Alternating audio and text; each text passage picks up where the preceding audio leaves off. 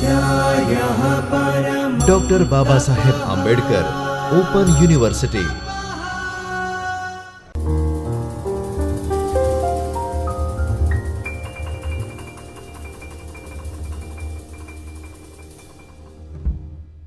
ગુજરાતી વ્યાકરણની જ્યારે વાત કરીએ ત્યારે ગુજરાતી ભાષાના કેટલાક શબ્દોને સંજ્ઞા કહેવાય. તો નામપદ અને સંજ્ઞા એક જ કે નામપદ અને સંજ્ઞા અલગ? નામ એટલે સંજ્ઞા અને સંજ્ઞા એટલે નામ, કે આ બંને અલગ કે એક? તો આ બહુ મુશ્કેલી થઈ જાય એવી વાત થઈ ગઈ. થોડુંક તમને આવડતું છે એ ભૂલાઈ ગયું છે, આવું થશે. પણ તમને આવડી જાય અને સરળતાથી આવડે એવી વાત આપણે આ વિડીયોમાં કરીએ. આવો આપણે સમજીએ કે સંજ્ઞા એ શું છે, નામપદ એ શું છે. નમસ્કાર, ડૉક્ટર બાબા સાહેબ આંબેડકર ઓપન યુનિવર્સિટીના ચૈતન્ય સ્ટુડિયો પરથી હું છું ડૉક્ટર રજની પરમાર.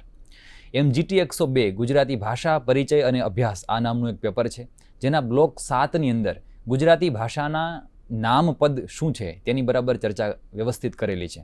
એકમ 1 એમાં છે, જેમાં સંજ્ઞા, પ્રકાર અને કાર્ય એવી વિસ્તૃત છણાવટ છે. તેને લઈને હું કેટલીક વાત કરું છું. આ સાથે તમે સ્પર્ધાત્મક પરીક્ષાની તૈયારી કરતા હોવ તો પણ તમને નામપદ અને સંજ્ઞા શું છે તેનો સુપેરે પરિચય હોવો જરૂરી છે. તો આવો આપણે આ વિડીયો અંતર્ગત તેને વ્યવસ્થિત રીતે સમજીએ. તો નામપદ અને તેની રચના સૌ પ્રથમ આપણે તેને બરાબર સમજીએ. આપણે કોઈને પૂછીએ કે તારું નામ શું, તો એ આપણને એનું નામ કહે. જે નામ કહે એ એક રીતે ભાષામાં સંજ્ઞા તરીકે ઓળખાય. પણ અહીં નામપદ આવો શબ્દ છે. તો તમારે બરાબર સમજવાનું છે કે નામ અને નામપદ એક કે અલગ? તો વાસ્તવમાં થોડુંક અલગ છે. નામપદ જ્યારે કહું ત્યારે ઘણા બધા શબ્દ સમૂહની વાત થતી હોય કે આ પણ હોય, આ પણ હોય, આ પણ. જ્યારે નામ કહું ત્યારે માત્ર સંજ્ઞાની ચર્ચા થતી હોય છે. થોડુંક વિશેષપણે અને બહુ સરળતાથી સમજી શકો એવી વાત તમને આ PPTમાંથી મળશે.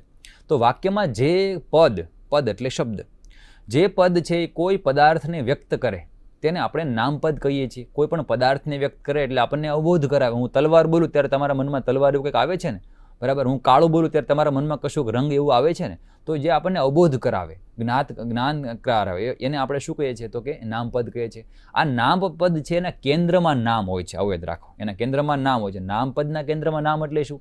હવે જ્યારે અહીં નામ કહું છું ને ત્યારે એને સંજ્ઞા સમજવાની, બરાબર? નામપદ કહું ત્યારે એમાં વિશેષણ પણ હોઈ શકે અને સંજ્ઞા પણ હોઈ શકે. એ અર્થમાં છે નામપદ. સર્વનામ પણ હોઈ શકે, જેને નામપદ કહેવાય. તો જ્યાં જ્યાં નામ કેન્દ્રમાં હોય, બરાબર, એની પછી જે લાગે એ બધા પણ નામપદ, અને નામ પોતે પણ નામપદ છે, બરાબર? જે કોઈ મૂળ પદાર્થનો શું કરે? નિર્દેશ કરવાનું કામ કરે. તો પદાર્થની સાથે સંકળાયેલી અન્ય બાબતોને દર્શાવવા માટે નામની સાથે જે શબ્દો વધારાના આવ્યા હોય, બીજા અન્ય, એને આપણે વર્ધક તરીકે ઓળખીશું. વર્ધક એટલે વધારાનો એવું અર્થ થાય. પણ એવું સમજો કે વધારાના શબ્દો પણ એ વિશેષપણે ઓળખાવતા કોને? નામપદને કે નામને વ્યાખ્યાયિત કરતા શબ્દો હશે તો એને વર્ધકો તરીકે ઓળખાવીશું. વર્ધકો કોને કોને કહેવાય? તો વિશેષણો હોય એ આપણા માટે વર્ધકો છે. વિશેષણ સંખ્યાવાચક પણ હોય, સંબંધવાચક પણ હોય, ક્યારેક નિર્ધારક તરીકે પણ આવતા હોય છે વિશેષણો. એ બધા આપણા વર્ધકો છે. જેટલા છે બધા નામપદો કહેવાય. મુખ્ય સંજ્ઞા અલગ છે, આ નામપદો થોડાક અલગ છે. ઉદાહરણ સાથે જોઈશું એટલે તમને ખ્યાલ આવશે. જે નામપદ છે એમાં પદાર્થ સાથે સંકળાયેલા અર્થગત તત્વો છે એને દર્શાવવા માટે આપણે લિંગ અને વચન અને વિભક્તિનો પણ ઉપયોગ કરીએ છીએ. પુલ્લિંગ, સ્ત્રીલિંગ, નપુંસકલિંગનો ઉપયોગ કરીએ, એકવચન, બહુવચનનો ઉપયોગ કરીએ. વિભક્તિ આપણી પાસે અલગ અલગ મુખ્ય 7 પ્રકારની છે, એના પ્રત્યયનો ઉપયોગ કરતા હોય છે અને એના આધારે નામ છે એ વિશેષ રૂપે વ્યાખ્યાયિત થતું હોય છે. લિંગમાં તમને કહ્યું તેમ પુલ્લિંગ, સ્ત્રીલિંગ, નપુંસકલિંગ, અને વચનમાં એકવચન, બહુવચન, બરાબર? વિભક્તિ આપણી પાસે જ્યારે જોવા જાવ ત્યારે સંસ્કૃતની પ્રથમા, દ્વિતીય એ બધું ખરું, પણ એની બધી જ પારંપરિક નામાવલી સીધી રીતે ગુજરાતીમાં લાગુ પાડી શકાય નહીં. એટલે આપણે તો કેટલાક વિભક્તિના પ્રત્યયો છે એટલા જોવાના. એનેથીમાં નો, નીનું ના હોય છે, એમાં શૂન્ય પ્રત્યય પણ હોય છે. અગાઉના વિડીયોમાં તમને શૂન્ય પ્રત્યયનો થોડો ઘણો પરિચય આપ્યો હતો કે આ એનેથીમાં અને ન જ એટલે નના રૂપો બનશે, નો, ની, નું, ના, આવા રૂપો બનશે. એ જે છે લિંગ અને વચનના આધારે બને છે. શૂન્ય પ્રત્યય છે કે આ કોઈ પ્રત્યય ન લાગે ત્યારે પણ શબ્દ વાક્યમાં વ્યવસ્થિત રીતે અર્થબોધ કરાવતો હોય. તો એની પાછળ કોઈ પ્રત્યય નથી ત્યારે પણ એ વિભક્તિનો એક ન લાગ્યો હોય એવો શૂન્ય પ્રત્યય છે, એટલે શૂન્ય પ્રત્યયો કહેવાય. આમ કરીને વિભક્તિના આપણે 6 અલગ અલગ પ્રત્યયો કલ્પેલા અથવા તો દેખાઈ રહ્યા છે. આમ તો 5 આપણને દેખાય એવા છે ને શૂન્ય દેખાતો નથી એવો છે, પણ બધાથીને 6 પ્રત્યય જેવું આપણે કહી શકીએ. તો એ આપણી પાસે વિભક્તિની વ્યવસ્થા છે. હવે એ બધાની જરૂર પડે છે નામપદને વ્યાખ્યાયિત કરવા માટે, અથવા તો નામપદ છે આપણને સમજાતું નથી. તો જરાક એની રચનાને તમે સમજો કે કેવી રીતે કામ કરે, વાક્યમાં કેવી રીતે આવે. તમે બોલો ત્યારે ક્યાં રહેલા હોય નામપદ, એને બરાબર સમજવાનું છે. તો કેન્દ્રમાં નામ હોય છે, બરાબર? એની સાથે જે આવતા હોય વર્ધકો હોય, એક પણ હોય, ઘણા બધા પણ હોય, ન પણ હોય, એક પણ ના હોય એવું હોય તેને શૂન્ય વર્ધક તરીકે ઓળખી શકો. આવું પણ બની શકે, બરાબર? એકલું નામપદ છે ને, એકલું નામ છે એ પણ નામપદ બની શકે.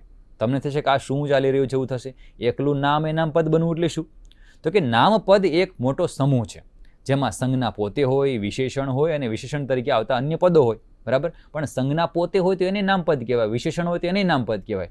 નામપદ એટલે નામ દર્શાવતા પદો, નામને કેન્દ્રમાં રાખીને કે નામની આસપાસ રહેતા હોય એવા પદોને નામપદ કહેવાય. તો નામ એટલે કે સંજ્ઞા, માત્ર નામ કહો ત્યારે સંજ્ઞા, નામપદ કહો ત્યારે વિશેષણ, સંજ્ઞા વગેરેનો ઉપયોગ થશે. એને સમજી લેવાના છે. તો એકલી સંજ્ઞા છે એને પણ નામપદ કહી શકાય, બરાબર. વિશેષણો આવ્યો હોય તે પણ આપણી પાસે થશે. હવે નામપદની રચનાના જરા માળખાને સમજો. તો સૌથી પહેલાં એના વર્ધકો આવે ને પછી નામ આવે. એટલે તમારે જ્યારે વાક્યમાં લખવું છે કે બોલવું છે તમારે, ત્યારે પહેલાં નામ ના બોલાય, એટલે કે એકલી સંજ્ઞા ના બોલાય, એના વર્ધક પહેલાં આવે. જેમ કે હું કાળું એમ બોલું અને મોઢું એમ બોલું. તો મોઢું એટલે કે મોં, કોઈનું મોં છે કાળું છે, તો મોં કાળું એમ લખાય કે કાળું મોં લખાય. તો એમાં વર્ધકો પહેલાં હોય. એટલે વાત કોની કરીએ? કાળાની વાત નથી કરતા, વાત આપણે મોંની કરીએ છીએ. તો મોં અને એના પહેલાં શું હોય? વર્ધક. એટલે વર્ધક એ કાળું થયું, મોં એ નામ થયું. તો આ પ્રમાણે એ રહેશે, બરાબર. તો ગુજરાતી ભાષામાં નામની સાથે જે વર્ધકો આવે છે એ હંમેશા નામની પૂર્વે રહે છે, આવું તમારે યાદ રાખવાનું છે. અને એનો ક્રમ પણ નિશ્ચિત છે. સમજો કે એવું પણ બને કે વર્ધકો ઘણા બધા આવી શકે. તો અને કેવી રીતે લખાય? તો કેટલાકને નિર્ધારક કહેવાય, જે કશુંક દર્શાવવાનું કામ કરે. કેટલાક સંબંધવાચકો હોય, કેટલાક સંખ્યાવાચક હોય અને સામાન્ય વિશેષણો હોય, બરાબર. તો આ બધા હોય એ પછી છેલ્લે નામ આવે. સૌથી પહેલાં નામ આવતું નથી. વાક્ય રચનાનો ક્રમ કહેવાય. એક રીતે આને પદક્રમ કહેવાય, પદક્રમ. તમને અગાઉના વિડીયોમાં પદ સંવાદ સમજાવેલું છે. એટલે પદ સંવાદમાં શું હોય? લિંગ વચનના પ્રત્યયો, સંજ્ઞા આધારિત, નામપદ આધારિત વિશેષણ અને ક્રિયાપદને લાગે એવું તમને સમજાવ્યું હતું. અહીં તમને જે વાત કરી રહ્યો છું એક રીતે પદક્રમ છે. એટલે કે કોઈ વાક્યમાં મારે આ બધાને લખવા હોય તો કેવા ક્રમમાં લખવા? તો તમને લખીને બતાવ્યા છે. નિર્ધારક એ બધાથી આખો ક્રમ છે. છેલ્લે નામ આવે. એ છેલ્લે સંજ્ઞા છે ને નામ કહી દો અથવા તો નામપદ કહી દો. આ જેટલા દેખાય ને નિર્ધારકો સાથેના બધા, એ બધા શું છે? એ બધાને નામપદ કહેવાય, બરાબર. એવું સમજવાનું. હવે એકાદા ઉદાહરણથી આ વાતને સમજો. એટલે ત્યાં નીચે ઉદાહરણ લખ્યું છે, જુઓ તમે, કે ગામની બે નાની બાળકીઓ, આવું લખ્યું છે. તો એમાં તમને બતાવ્યું છે કે શું છે, બરાબર. હવે પેલી એવું મૂકો, પેલી એને દેખાડ્યું હોય તો એ પેલી એ વર્ધક તરીકે કામ કરતો શબ્દ બને. એટલે પેલી ગામની બે નાની બાળકીઓ, ત્યારે વાક્ય એવું બનશે. પણ બીજા કૌંસમાં લખ્યા છે, બીજા ઉપર તમને જે બતાવ્યા છે એ બધા કૌંસમાં લખ્યા. અને એવી રીતે જો શબ્દ આવતા હોય તો કેવા આવે? કૌંસની બહાર છે. એટલે ગામની એ સંબંધવાચક શબ્દ થયો, બે એ સંખ્યાવાચક શબ્દ થયો, નાની એ વિશેષણ છે, અને બાળકીઓ છે ને એ નામપદ છે અથવા તો નામ છે. આવું સમજો, નામપદ છે અથવા તો નામ છે, બંને કહી શકાય. પણ આ બધા નામપદો છે એ પાકું છે. ખ્યાલ આવ્યો? એટલે તમે નાની છે નામ ના કહી શકો, કારણ કે એ વિશેષણ છે, બરાબર. પણ જે બાળકીઓ છે એ નામ છે, ઉપરાંત શું છે? નામપદ પણ છે. એટલે સંજ્ઞા પોતે નામપદ હોઈ શકે. આ સિવાયના બધા છે એને નામપદ કહેવાશે. તો આ બધાનો ક્રમ આવો નિશ્ચિત રહેશે, અલગ રીતે ચાલતું નથી. હું આમનો ખાલી એકલા મારે સમજાવો હોય તો આવું થાય. માનો કે પેલી છોકરી, તો એમાં પેલી છે નિર્ધારક હશે, એવું તમારે સમજવાનું. હું કોઈ વાક્ય બોલું કે લોખંડની ખુરશી, તો ખુરશી એ આપણા માટે નામ છે. લોખંડની એ શું બતાવે? તો કે સંબંધવાચક શબ્દ હોય એ બતાવે, અને વિશેષણ પણ તમે કહી શકો છો, બરાબર. હું એમ કહું કે 4 માણસો કે 50 માણસો, ત્યારે માણસો એ નામ કહેવાય. 4 અને એ જે 50 કહું એ શું થયું? તો આપણા માટે એ વર્ધકો થયા. એક રીતે એ વિશેષણ છે, એક રીતે એ બંને નામપદ છે, બરાબર. ગોરો માણસ આવું કહું ત્યારે માણસ એ શું હોય? બોલો શું હોય? તો કે એ નામ હોય. ગોરો એ શું હોય? ગોરો માણસો બોલો તો ગોરો એ વિશેષણનું કામ કરતો એવો શબ્દ, બરાબર. હવે આ બધા છે એને નિશ્ચિત ક્રમમાં જ લખવા પડે. અલગ અલગ ક્રમમાં મૂકો તો એ રચના સાચી બનતી નથી. આ જે લખ્યું છે વાક્ય એ એમ જ રહેશે. જો તમે એનો ક્રમ આગા પાછો કરી નાખો તો એ વાક્ય અસ્વીકાર્ય બનશે, અથવા તો તમારો બોલનારનો જે આશય હોય તે બદલાઈ જશે, બરાબર. આ વાક્ય છે એમાં હું બાળકીઓ બે નાની ગામની આવું જ્યારે બોલું ત્યારે એમાં કંઈક અર્થ અલગ જ મળી જાય, અથવા તો એ વાક્ય ચાલે જ નહીં. નાની બે ગામની બાળકીઓ આવું બોલું તો એ વાક્ય જ ના ચાલે. એટલે વર્ધકો છે એને વ્યવસ્થિત રીતે મૂકવા જોઈએ. એનો પ્રયોગના કેટલાક નિયમો છે, તમે એ બરાબર સમજશો એટલે ખ્યાલ આવશે કે વર્ધકોમાં જે વિશેષણ પ્રકારના જે રૂપો છે એ બધા એક સાથે મૂકવાના, પણ ઉપરનો જે નિશ્ચિત ક્રમ તમને દર્શાવ્યો છે એ રીતે તમારે મૂકવાના છે.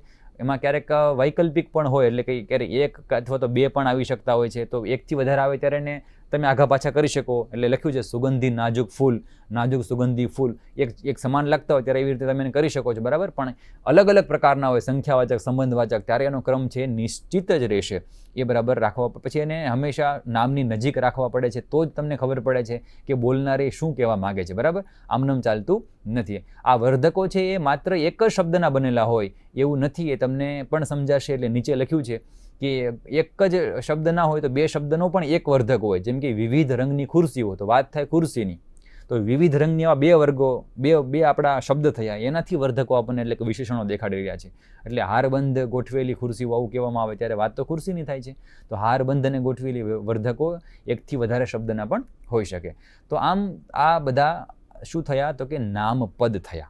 એટલે તમને ખ્યાલ આવવું જોઈએ કે આ બધાને નામપદ કહેવાય. એમાં નામ એટલે શું, એમાં સંજ્ઞા એટલે શું, ચાલો તમને એનો પણ એક પરિચય આપો. એટલે સંજ્ઞા અને નામ તો એ બંને એક જ છે. શબ્દનો હવે નામપદ નથી બોલતું, બરાબર, એ કહેવાય નામપદ, પરંતુ સંજ્ઞા એટલે કે નામ. હવે એની વ્યાકરણની ઓળખ કેવી રીતે થાય છે, તો આપણે સમજ્યા કે નામ એના કેન્દ્રમાં છે, કોઈ પણ નામપદના કેન્દ્રમાં, બરાબર. હવે જે સંજ્ઞા એને એના જે પ્રત્યયો લાગીને સરસ બને છે, તેમાં જરા એને જોવાનું છે. હવે દુનિયાની કોઈ પણ વસ્તુઓ કે પદાર્થો હોય એને આપણે જોઈએ છીએ, તો આપણે એની ઓળખ માટે એક શબ્દનો વર્ગ વાપરીએ છીએ. કોઈ પણ તમારી સામે જેટલી વસ્તુ દેખાય, તમે જેમ કે મને જોતા જોતા પણ આમાં નજરે ફેરવો તો તમારી આસપાસ કેટલી બધી વસ્તુ, એના નામ છે કે નહીં, તો એ બધાને સંજ્ઞા કહેવાય. બહુ સામાન્ય વાત છે, બધાને શું કહેવાય, સંજ્ઞા કહેવાય. સંજ્ઞા એ ભાષાના બેઝિક વર્ડ્સ છે, પ્રાથમિક શબ્દો છે, એવું સમજો. એ હોય તો એના પછી વિશેષણો લાગે, એ ન હોય તો ક્યાંથી લાગવાના, વર્ધકો બધા પડ્યા રહે, સુતા રહે, વર્ધકોની જરૂર જ ના પડે. સંજ્ઞા હતી એટલે વર્ધકો આવે, બરાબર. તો એવું સમજવાનું. હવે આ સંજ્ઞાનું કામ આ છે. હવે કોઈ પણ ઘટના દર્શાવી હોય તો એના માટે આપણે ધાતુઓનો શબ્દ વર્ગ વાપરતા હોય છે, એટલે ક્રિયાઓનો વર્ગ વાપરતા હોય છે, બરાબર, એવું સમજવાનું. હવે તમે સમજો કે હું બોલું કબાટ, પંખો, કેરી, તો આ બધા સંજ્ઞાઓ હોય, બરાબર. પણ એમ કહો બેસવું, દોડવું, ખા, તો આ બધા ધાતુઓ કહેવાય. એટલે આખા બે વર્ગ હોય શબ્દના. પહેલો વર્ગ છે કબાટ બોલું, પંખો બોલું, ટેબલ, ખુરશી બોલું, બરાબર, ગુજરાતી શબ્દો પણ બોલીએ કોઈ પણ, તો એ બધા સંજ્ઞાના વર્ગો, એવું સમજવાનું. કેટલાક ક્રિયાના વર્ગો હશે, બરાબર. તો માત્ર વ્યવહાર પૂરતું પદાર્થને દર્શાવે એને શું કહેવાય, સંજ્ઞા. આટલું જ એવું નહીં કહીએ, પરંતુ વ્યાકરણમાં પણ સંજ્ઞાની સરસ ઓળખ છે. એને પ્રત્યયો જેવા લાગે અને વાક્યમાં એનો જે મોભો હોય એના પરથી સંજ્ઞા છે, તમે એને અલગ અલગ રીતે ઓળખી શકો છો. એ કેવી રીતે, તો તમે જોશો તો ઉછળ, કૂદ, પકડ, બોલ, આ બધા શબ્દો છે, પણ વાક્યમાં એ કઈ જગ્યાએ મુકાયો, બરાબર, અને કેવી રીતે, આમાં કયા કયા પ્રત્યયો લાગ્યા, એના આધારે નક્કી કરે કે સંજ્ઞા એ કેવી છે. એટલે સંજ્ઞા છે કે ધાતુ છે, બધું પછી એના આધારે નક્કી થાય. શબ્દો તો હોય ઉછળ, કૂદ, પકડ, બોલ, તો એમાં બોલ એ સંજ્ઞા કેવું, તો બોલવું થઈ જાય પાછું, તો મુશ્કેલી પડી જાય કે આને સંજ્ઞા કેવું કે, એટલે કે નામપદ કેવું કે આખ્યાતિક પદ કેવું, આવું બધું થઈ જશે. તો એને સમજવા માટે તમારે એના રૂપને સમજવું પડે કે ભાઈ ગુજરાતી ભાષામાં કોઈ પણ નામ છે લિંગ વગરનું હોતું નથી, તો જરાક એને લિંગ સિદ્ધિથી એને સમજવા પડે. તો એ બધું શું છે, તો એના આધારે સંજ્ઞાના પ્રકાર પડે છે, એને બરાબર સમજો. તો તમારી સામે દેખાશે કોઈ પણ નામને એક લિંગ હોય, શિવલિંગ હોય એવું તમે સાંભળ્યું છે. લિંગ એટલે ઓળખ, આવો અર્થ થાય. ભાષામાં લિંગ એટલે શું, તો કે ઓળખ, શબ્દની ઓળખ. તો શબ્દથી 3 પ્રકારના હોય, કેટલાક સ્ત્રીલિંગ હોય, કેટલાક પુલ્લિંગ હોય, કેટલાક નપુંસકલિંગ હોય. તો એ કેમ ખબર પડે, શબ્દને પૂછવાનું તારું કોઈ લિંગ છે, તો કે શબ્દને જોવાનું. પૂછવાથી ખબર પડે, વાક્યમાં મૂકવાથી ખબર પડે, પણ શબ્દને જોવાનું. જ્યાં દીર્ઘ ઈ લાગેલો હોય ત્યાં સ્ત્રીલિંગ હોય, ઓ પ્રત્યે લાગે ત્યાં પુલ્લિંગ હોય, અને ઉ પ્રત્યે લાગે એને નપુંસકલિંગ કહેવાય. એના ઉદાહરણો પણ આપ્યા છે. પૃથ્વી, દુનિયા શબ્દ હોય તો પૃથ્વીમાં ઈ લાગ્યો છે, ક્યારેક આ પ્રત્યેથી પણ સ્ત્રીલિંગ દર્શ દેખાય. દુનિયા કેવી એવું પૂછો તો પણ ખબર પડે. કાયદો, વારો છે એવો શબ્દ છે, પંખો હોય, ડંકો હોય, તો ઓ પ્રત્યે લાગે તો તમને એના એ પ્રત્યે દેખાશે. પછી ઉ પ્રત્યેથી તમને શું દેખાય, તો કે નપુંસકલિંગ, સપનું, પગલું, આવા બધા શબ્દ બોલીએ આપણે, ડગલું આવા શબ્દ બોલીએ, ગાડું આવા શબ્દ બોલીએ, તો તમને એનો અર્થ ત્યાં મળશે. એટલે આ બધા પ્રત્યયો છે એના આધારે સંજ્ઞા છે, એના પ્રકારો પાડવા હોય તો કેવા, તો કે ભાઈ કેટલીક સંજ્ઞાઓ વિકારી કીધી અને કેટલીક કેવી કીધી છે, અવિકારી કીધી. આવા 2 પ્રકાર પાડ્યા છે. વિકારીનો અર્થ એવો થયો કે એમાં જેવો લિંગનો પ્રત્યય આવે ને એમાં સંજ્ઞાનો વિકાર આવશે, એટલે બદલી જશે. એમાં લિંગના પ્રત્યય એ લેશે, એ લિંગનો પ્રત્યય ધરાવે છે, એ અર્થમાં વિકારી સંજ્ઞા પણ કહી શકાય. એનો પ્રગટ પ્રત્યય રહેલો છે એવું પણ કહી શકાય. પ્રત્યય આધારિત સંજ્ઞાઓ બદલતી પણ હોય ઘણી વખત, એવું પણ તમે કહી શકો. કેટલીક સંજ્ઞાઓને અવિકારી કહેવાય કે અવ્યક્ત લિંગવાળી હોઈ શકે, એવું પણ કહેવાય. જેને લિંગનો ચિહ્નનો સીધો પ્રત્યય લાગે નહીં, તમારે એમાંથી કાઢવો પડે પ્રત્યય. જેમ કે જમીનને કોઈ પ્રત્યય લાગતો જ નથી, જુઓ. પછી પ્રયાસ શબ્દ છે એમાં પ્રત્યય છે જ નહીં, ઘર છે એમાં છે જ નહીં, પરંતુ એમાંથી પ્રત્યય જોવો હોય તો શું કરવાનું, તો તમારે એને શું કરવાનું, વિશેષણનો ઉપયોગ કરવાનો. એટલે જો જમીન છે એ કેવી, તો કાળી જમીન કહેવાય. કાળો જમીન કહેવાય કે કાળી કે કાળો, શું બોલાય, કાળું જમીન, તો કે કાળી જમીન. એમ સારો જમીન, સારી જમીન કે સારું જમીન, તો સારી. સારીમાં ઈ પ્રત્યય લાગ્યો તો ખબર પડે કે એમાં કઈ લિંગ છે, તો કે સ્ત્રીલિંગ છે. એવી રીતે પ્રયાસ, તો પ્રયાસ કેવી કે કેવો, તો કે કેવો, એટલે સારો પ્રયાસ, સારી પ્રયાસ એવું ના હોય. એટલે સારોમાં ઓ પ્રત્યય એટલે એને પુલ્લિંગ કહેવાય. તો આપણે સંજ્ઞાને જો આવી રીતે 2 પ્રકારમાં મૂકીએ તો આવું કહેવાય કે વિકારી સંજ્ઞા હોય અથવા તો કેવી હોય, અવિકારી સંજ્ઞા હોય. બીજા અર્થમાં આની વાતને આમ પણ સમજો. વિકારી સંજ્ઞાઓ હોય એ એવી હોય કે જેમાં એક જ રૂપ હોય ને ઘણા બધા રૂપો પણ બની શકશે. જેમ કે કૂતરો, કૂતરી, કૂતરું, છોકરો, છોકરી, છોકરું, આવું થશે. પણ અવિકારી સંજ્ઞાઓ એવી પણ હોય, એને બીજા પોઈન્ટ ઓફ વ્યૂથી જ્યારે જોવા જાવ ત્યારે અવિકારી સંજ્ઞા બદલે જ નહીં. જેમ કે દૂધ હોય તો એનું શું થાય, દૂધો આવું થાય, દૂધનું દૂધ જ રહેશે. પાણી હોય તો એનું શું થાય, પાણું થાય, ના થાય. પાણીનું શું રહે, પાણી જ રહેશે. ડોસું હોય તો એનું ડોસી થાય, કાગડો હોય તો એનું કાગડી થાય, બરાબર. પણ પાણીનું કાંઈ પાણું થતું નથી, એ એમનેમ જ રહે છે. જે સંજ્ઞાઓ એમનેમ રહેતી હોય, જેમાં કોઈ પ્રત્યય નથી લાગતા અન્યને, જે પોતાનું મૂળ રૂપને જાળવી રાખે છે, એવી સંજ્ઞાઓ માટે અવિકારી સંજ્ઞા, આવો શબ્દ પણ આપણે મૂકી શકીએ છીએ અને સમજી શકીએ છીએ. તો આ પ્રમાણે તમે જોવા જાઓ તો એવું થશે. લિંગ આધારિત તમારે સંજ્ઞાના પ્રકાર પાડવા હોય તો આવા પણ પ્રકાર પડી શકે કે ભાઈ કેટલીક જે સ્ત્રીલિંગી સંજ્ઞાઓ છે જેમાં આ બધા ખાલી વર્ગીકરણો છે. ભાઈ સંજ્ઞાના તમારે રૂપને ઓળખવાનું છે. જ્યારે સ્પર્ધાત્મક પરીક્ષા આપવાના હોવ ત્યારે આ બધી વાતો પાછી સીધી જ એટલી બધી લાગુ ના પડે, ત્યારે એના મુખ્ય પ્રકારો પર ધ્યાન આપવાનું હોય. પણ તમે ભાષાના એક વિદ્યાર્થી હો ત્યારે તમે સંજ્ઞાને અલગ અલગ પોઈન્ટ ઓફ વ્યૂથી સમજવાનો પ્રયત્ન કરો કે આટલી રીતે હોય. સ્ત્રીલિંગ હોય તો તમે જોશો તો ક્યારેક ઈ પ્રત્યય લાગે અંતે એટલે ઈ કારાંત થાય, આ પ્રત્યય લાગે તો આકારાંત થાય. પછી કેટલીક અવિકારી પણ છે. અવિકારીની વાત એ છે તમે ફરી લખેલી કે ભાઈ સ્ત્રીલિંગ હોય પણ એમાં અવિકારી, એટલે તો કે દાળ લખ્યું તો એમાં દાળો ન થાય, એ દાળ જ રહે, દાળ નથી, યાદ રાખજો. છાશ હોય તો એનું છાશું ના થાય, એ છાશ રહે મૂળ માન્ય ભાષામાં. ટાઢ હોય તો એનું ટાઢ જ રહે, એનું ટાઢું એવું ના થાય. પણ જો ઈકારાંત સ્ત્રીલિંગમાં બારી, વાંસળી, નદી આવે. શાળા પછી આકારાંત એટલે છેલ્લે આ આવે પણ હોય સ્ત્રીલિંગ શબ્દ. તો શાળા કેવી, નિંદા કેવી, રજા કેવી, બરાબર, રાજા નથી લખ્યો તો એ આકારાંત. પછી રીતે પુલ્લિંગમાં જોવા જાવ તો એમાં ઓ પ્રત્યય લાગે છે પુલ્લિંગનો, તો એ ઓ પ્રત્યયથી તમને એ સંજ્ઞાઓ દેખાડે. તો ઓકારાંત છેલ્લે શું આવે છે તો કે ઓ આવે છે. એટલે પંખો, તબેલો, હિંચકો, તો જેની અંદર તમને ઓ દેખાશે. ક્યારેક ઝારો, ટોણો આવા શબ્દ પણ મૂકી શકાય. પછી એમાં અવિકારી શબ્દો પણ છે. કાન, પગ કે ભાવ, એ શબ્દ પુલ્લિંગ પણ કાનનું કાનો ના થાય, કાની ના થાય, પગનું પગો થાય, ભાવનું ભાવો થાય ન થાય, એ અર્થમાં એવું આવશે. નપુંસકલિંગને દર્શાવતી સંજ્ઞાઓ છે તો ઉકારાંત છે. વાજુ શબ્દ હોય, ભજ્યું શબ્દ હોય, આવો શબ્દ છે. પછી ભજ્યુંનું ભજીયા બહુવચન તમે એ કરો છો, યાદ રાખજો. પોતું હોય, પાંજરું હોય, આવા બધા શબ્દ હોય એમાં ઉ લાગે છે, ઉ. તો એ પછી એમાં અવિકારી એમાંય હોય. અવિકારી વિકારીની વાત કરીને આ બધા સંપૂર્ણપણે અવિકારી સંજ્ઞાઓ આવે. જો ઘરનું ઘર જ રહે, દિવેલ, થડ આવા શબ્દો. પ્રેમ શબ્દો એનું કાંઈ થાય બીજું? પ્રેમ થાય પણ પ્રેમનું બીજું કાંઈ થતું નથી. પ્રેમનું પ્રેમ જ રહે. તેલ શબ્દ હોય તો તેલ જ રહે, બીજુંનું તેલો આવું કંઈ ના થાય. કેટલીક સંજ્ઞાઓ છે આ સિવાય ઉભયલિંગી સંજ્ઞાઓ હોય. જો આપણે લિંગ પ્રમાણે સ્ત્રીલિંગી, પુલ્લિંગી અને નપુંસકલિંગી હોય. પણ કેટલીક ઉભયલિંગી એટલે શું? એના માટે એક શબ્દ વાપરી શકાય દ્વિલિંગી. સંજ્ઞા એક પણ લિંગ બે ધરાવે, એને શું કહેવાય? દ્વિલિંગી. તો ચા એવો શબ્દ છે. કેટલાક લોકો બોલે ચા પીધી, તો કેટલાક બોલે ચા પીધો, આવું કરી નાખે. તો એ બે સાચા જ છે. કઈ રીતે? તો કે ચા શબ્દ છે એ પુલ્લિંગમાં પણ માન્ય છે અને સ્ત્રીલિંગમાં પણ માન્ય છે. એવો એક શબ્દ ખજૂર પણ છે. ખજૂર શબ્દ છે એ સ્ત્રીલિંગ પણ છે ને એ નપુંસકલિંગ. એટલે ઘણા બોલે ખજૂર ખાધું, ઘણા બોલે ખજૂર ખાધી. તો બંને રૂપો એક રીતે માન્ય ગણાશે. તો તમે લિંગને આધારે સંજ્ઞાના પ્રકારો જોવા જાઓ તો તમને કંઈક આ પ્રકારના સંજ્ઞાના પ્રકાર મળશે. ઉભયલિંગીનું બીજું નામ કીધું છે દ્વિલિંગી. દ્વિનો અર્થ થશે શબ્દ એક હોય પણ લિંગ કેટલા હોય તો કે બે હોય. એક શબ્દ હાર એવો છે, હાર શબ્દ. તમે હાર શબ્દનું લિંગ કયું નક્કી કરો? પૂછવા જાઓ કે હાર, તો હાર પહેરવાનો હોય તો હાર કેવો? પણ કોઈ રમતમાં હાર હોય તો હાર થઈ, તો હાર સ્ત્રીલિંગ. શબ્દ એક છે, એના અર્થો બે અલગ અલગ છે પણ એના લિંગ પાછા બે જ છે ને. તો હાર શબ્દ દ્વિલિંગી શબ્દ અથવા તો ઉભયલિંગી શબ્દ છે એવું તમે કહી શકો. આ ઉપરાંત જો તમારે સંજ્ઞાને અર્થ આધારે જોયું હોય તો હવે તમને આ પરંપરાગત કેટલાક પ્રકારો પડે એ તમારા ધ્યાનમાં આવે કે અર્થને આધારે કેટલીક સંજ્ઞાઓ જાતિવાચક, વ્યક્તિવાચક, દ્રવ્યવાચક, સમૂહવાચક કે ભાવવાચક છે.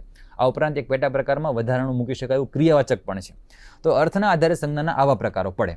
તો આમ સંજ્ઞા એટલે શું અને સંજ્ઞા કેવા કેવા પ્રકારની હોય આ એનો પરિચય મળ્યો. આગળની જે સંજ્ઞાઓ ભણાવી એને ઉદાહરણ સાથે કહી દીધું કે આ સંજ્ઞા આવે. પણ અહીંયા જ્યારે મૂકવા જાવ જાતિવાચકમાં કોણ આવે પ્રશ્ન થાય ને, વ્યક્તિવાચકમાં કોણ આવે એ પ્રશ્ન થાય ને. તો આ પ્રશ્નનો જવાબ તમને હવે પછીના વિડીયોમાં મળશે. એટલે આપણે અહીંયા અટકીએ છીએ અને હવે પછીના વિડીયોમાં આપણે જોઈશું કે આ અર્થને આધારે સંજ્ઞાઓના કેવા કેવા પ્રકાર પડે અને એમાંથી એને અલગ અલગ કેમ તારવી. કારણ કે આ તો પરીક્ષામાં પૂછાવાનું કે કયા પ્રકારની સંજ્ઞા છે, તો એ તો મને આવડવું જ જોઈએ અને એ આવડે એટલા માટે આપણે મળીએ છીએ આના પછીના વિડીયોમાં. તો અહીંથી હું રજા લઉં છું અને પછીના વિડીયોમાં મળી અને આપણે બરાબરની ચર્ચા કરીશું કે હવે આ સંજ્ઞાઓ કેવા પ્રકારની છે. આભાર. સ્વાધ્યાયઃ